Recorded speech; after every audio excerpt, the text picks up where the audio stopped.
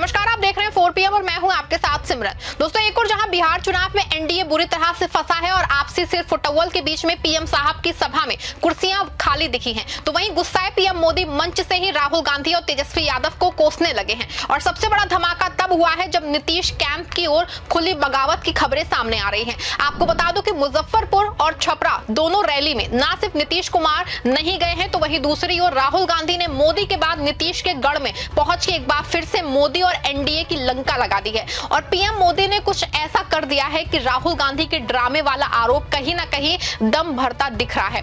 कैसे कुर्सी खाली होने के बाद पीएम मोदी राहुल गांधी और तेजस्वी पे फायर हो गए हैं और कैसे राहुल गांधी ने मोदी के बाद नीतीश के गढ़ में पहुंच के पूरा चुनाव ही पलट दिया है, सब कुछ आपको अपनी इस 8 मिनट की रिपोर्ट में बताने वाले हैं। दोस्तों, बिहार चुनाव में राहुल गांधी के मैदान लेते ही महागठबंधन तेजी से लीड करता हुआ दिख रहा है। और जिस अंदाज में राहुल गांधी ने 20 साल की एनडीए की सरकार को धोना शुरू कर दिया है और जनता को राहुल गांधी की ओर से बातें कहीं ना कहीं सच लग रही हैं, लेकिन एनडीए ने जो 20 साल की पुरानी कहानी का रिपीट किया है वो ना सिर्फ बिहार के लोगों के समझ से परे है, बल्कि बिहार की जनता के बीच मैसेज जा रहा है कि बीजेपी और एनडीए फर्जी बातें करके पीएम मोदी और एनडीए बिहार की जनता को छलना चाहता है। खबर देखिए, खबर मौजूद है। अमित शाह ने अपनी एक रैली में बता रहे हैं, लालू के जंगल राज में हुई 32,000 किडनैपिंग, एनडीए को जिताए कि इटली तक लगे झटका शाह। देखा आपने दोस्तों की खबर की हेडलाइन से ही साफ है कि पीएम साहब हो या फिर उनके चाणक्य या फिर एनडीए के दूसरे नेता, किसी के पास ये वोट मांगने और अपनी बातों को जनता के बीच में रखने का कोई बड़ा तर्क नहीं है। उसकी वजह सिर्फ और सिर्फ एक है कि कोई बड़ा काम 20 साल की सरकार में हुआ ही नहीं है,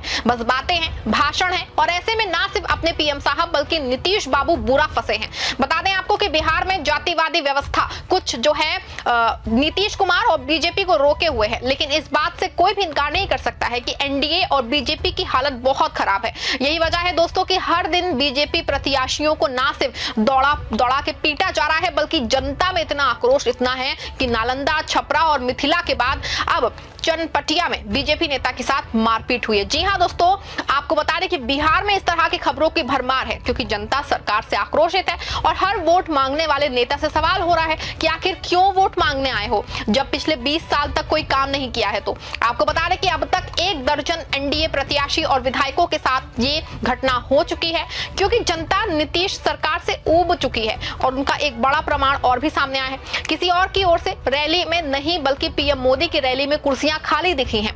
बता दूं आपको कि राष्ट्रीय जनता दल ने अधिकारी एक्स चैनल पे एक वीडियो जारी किया है जिसमें पीएम मोदी की रैली में कुर्सियां खाली दिख रही हैं। हालांकि वीडियो से साफ पता चलता है ये रैली के कुछ घंटे पहले का वीडियो है, लेकिन एक बात साफ है कि कुर्सियां खाली हैं और पीएम साहब की लोकप्रियता का ग्राफ गिरा है। क्योंकि एक समय वो था कि जब पीएम मोदी की रैलियों में भीड़ कई घंटों पहले इतनी ज्यादा हो जाती थी कि खड़े होने की जगह ही नहीं मिलती थी, लेकिन अब ना सिर्फ पीएम मोदी की रैलियों में भीड़ जुटाने के लिए जतन करना पड़ा है, बल्कि आखिर में पीछे या तो कुर्सियां हटानी पड़ती हैं या फिर भीड़ बढ़ानी पड़ती है।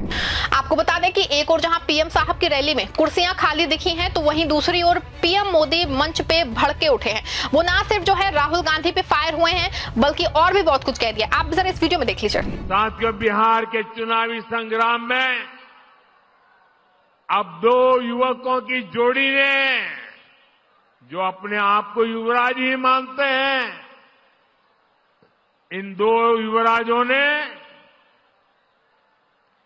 झूठे वायदों की दुकान खोल दी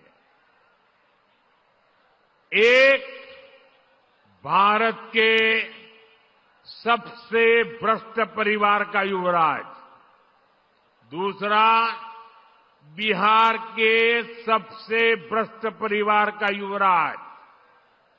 ये दोनों ही हजारों करोड़ के घोटाले में जमानत पर है और गांव में जो जमानत पे आता है ना, कोई भी उसका सम्मान नहीं करता है।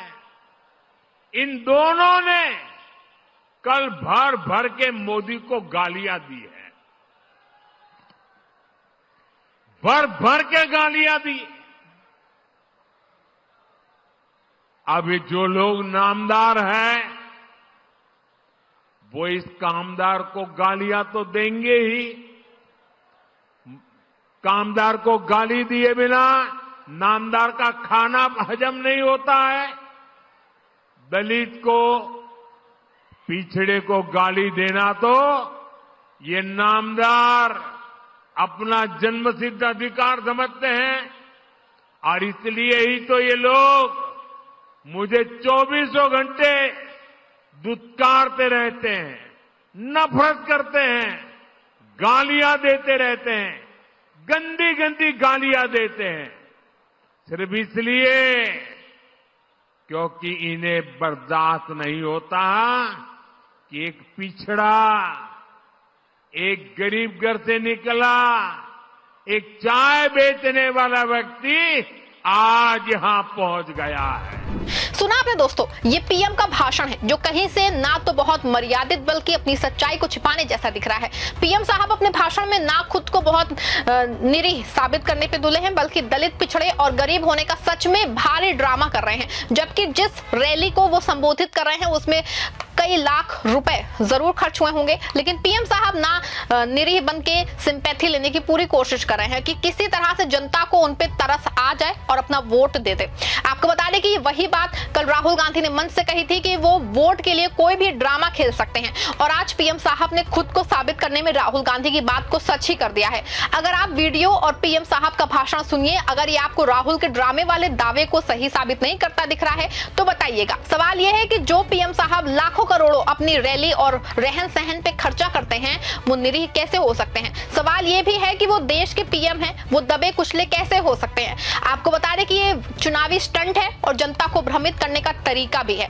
बता दें आपको, पीएम साहब का ये कोई नया खेल नहीं है, बल्कि वो सच में वोट के लिए कुछ भी करने की कला के महारथी हैं और इसकी झलक मुजफ्फरपुर में दिखाई दी है। हालांकि आपको बता दें कि राहुल गांधी का अभियान यही नहीं रुका है, वो मोदी के गढ़ के बाद अब सीधे नीतीश कुमार के गढ़ में गरजे हैं और जिस अंदाज में नीतीश कुमार की हवा निकाली है पूरा चुनाव पलट दिया है। राहुल गांधी ने साफ तौर पे कहा है कि दिल्ली में सरकार बनते ही वो नालंदा को एक बार फिर से इंटरनेशनल यूनिवर्सिटी बनाएंगे। सुनिए कैसे राहुल गांधी ने नीतीश के गढ़ में घुस के ना सिर्फ मोदी शाह की पोल खोली है, बल्कि नीतीश को सरेआम जनता के सामने ला दिया है। राहुल गांधी ने क्या कुछ कहा है आप इस वीडियो में देखिए। नीतीश जी का रिमोट कंट्रोल है, जौन सा बटन दबाया नरेंद्र मोदी ने वही चैनल नीतीश जी चालू कर देंगे। जो भी बुलवाना होगा वो करवा देंगे, जो भी करवाना होगा वो करवा देंगे। बिल्कुल। तो ये मत सोचिए कि नीतीश जी सरकार चलाते हैं। सरकार नरेंद्र मोदी, अमित शाह और नागपुर चलाती।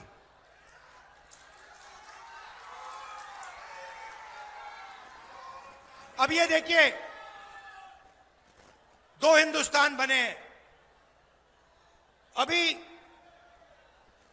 छठ पूजा के समय नरेंद्र मोदी जी ने निर्णय लिया कि वो जाके यमुना में स्नान करेंगे। आपने देखा फोटो देखी। एक तरफ हिंदुस्तान की सच्चाई, बिहार की सच्चाई, यमुना पोल्यूशन से भरी हुई, गंद से भरी हुई, और दूसरी तरफ नरेंद्र मोदी जी ने साफ पानी का छोटा सा तालाब बनाया। दूर से साफ पानी आया। दिल्ली के लोगों को नहीं मिलता पीने का साफ पानी, मगर नरेंद्र मोदी के नहाने के लिए दूर से इतना बड़ा पाइप लगवाया गया, उसमें पानी आया, छोटा सा तालाब बनाया गया और उसमें हमारे प्रधानमंत्री को नहाना था।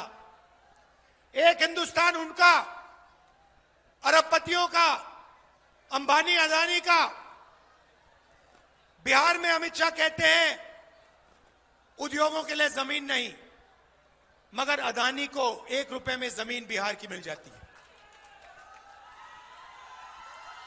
1 रुपए में किसी किसान से जमीन छीनी जाती है और मुफ्त में 1 रुपए में अरबपतियों को दी जाती है। उधर महाराष्ट्र में आपके लोग धारावी में रहते हैं, वहां पे छोटा बिजनेस चलाते हैं, एंटरप्रेन्योरशिप करते हैं। वो जमीन नरेंद्र मोदी ने अदानी को दी। लाखों करोड़ रुपए की जमीन।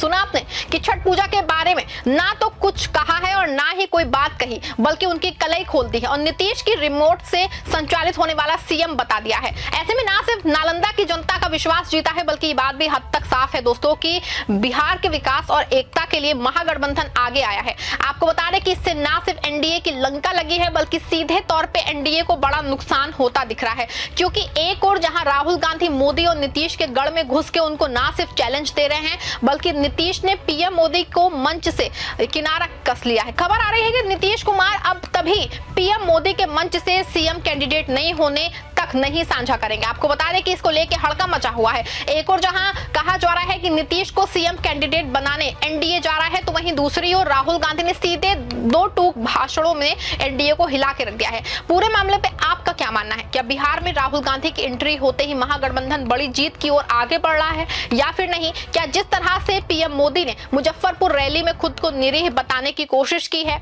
क्या सच में ड्रामा नहीं है? पूरे मामले पे आप जो भी सोचते हैं अपनी राय कमेंट में लिखिएगा। इस खबर को लाइक और शेयर करिएगा।